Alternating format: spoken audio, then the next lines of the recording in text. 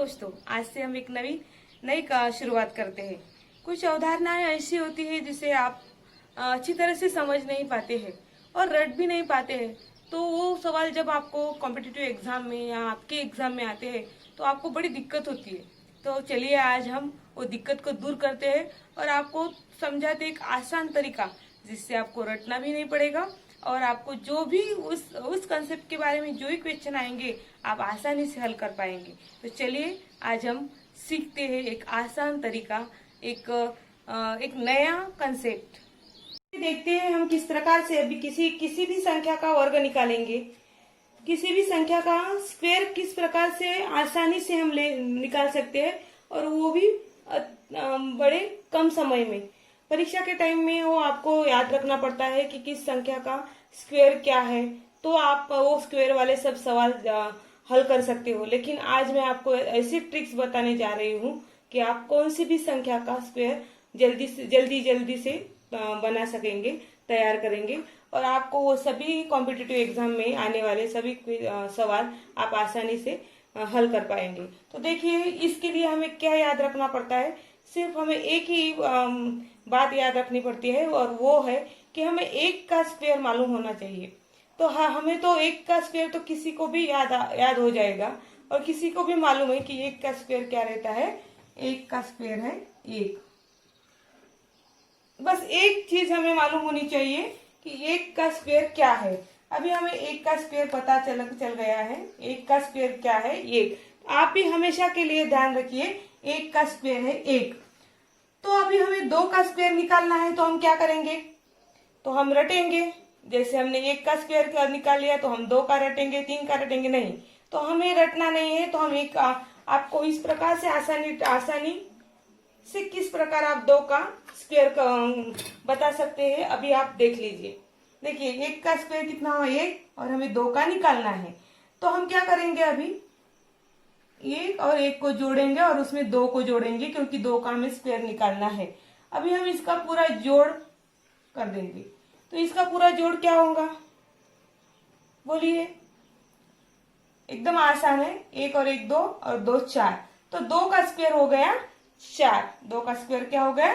चार हो गया। एक का स्क्वायर हो गया एक और दो का स्क्वायर हो गया चार। चलिए, हमें अब तीन का स्क्वायर मालूम, हमें पता होना चाहिए कि तीन का स्क्वायर क्या है। वो किस प्रकार से हम निकाल सकते हैं और बड़ी आसानी से। तो देखिए, दो का स्क्वायर कितना हो गया? चार। तो हमें निकालना किसका है? तीन का। चलो इसको जोड़ लेते हैं, पुनः ऐसे ही करते हैं। देखिए, दो और चार हो गए छह और छह और तीन हो गए नाइन। तो तीन का स्क्वायर हो गया नाइन। देखिए कितने आसानी से आप समझ पा रहे हैं कि किस प्रकार से कौन सी भी संख्या का स्क्वायर निकाला जाता है।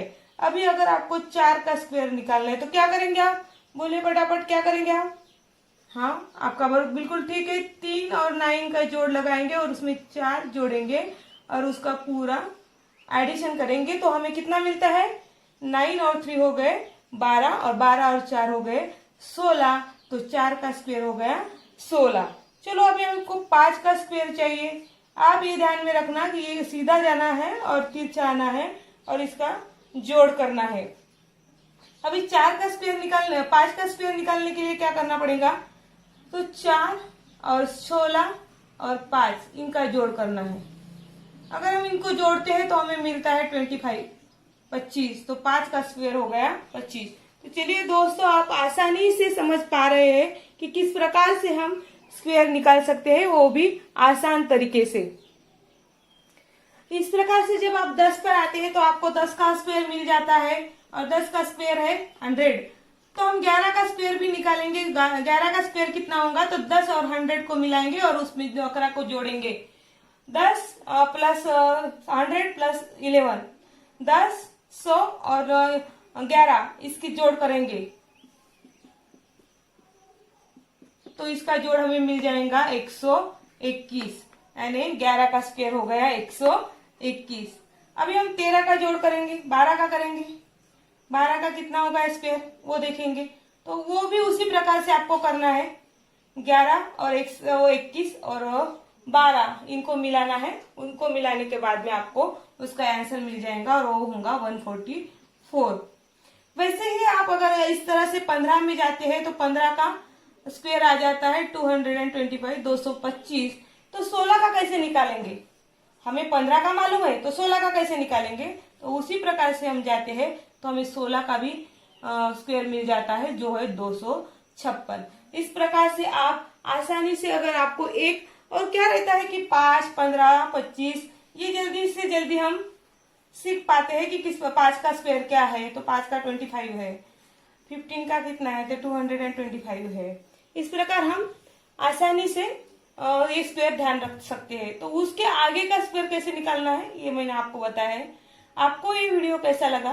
क्योंकि आपको अभी स्क्वायर कैसे निकालते हैं और इतनी आसानी से कैसे निकाल पाएंगे आप स्क्वायर, ये आप अब जान चुके हैं।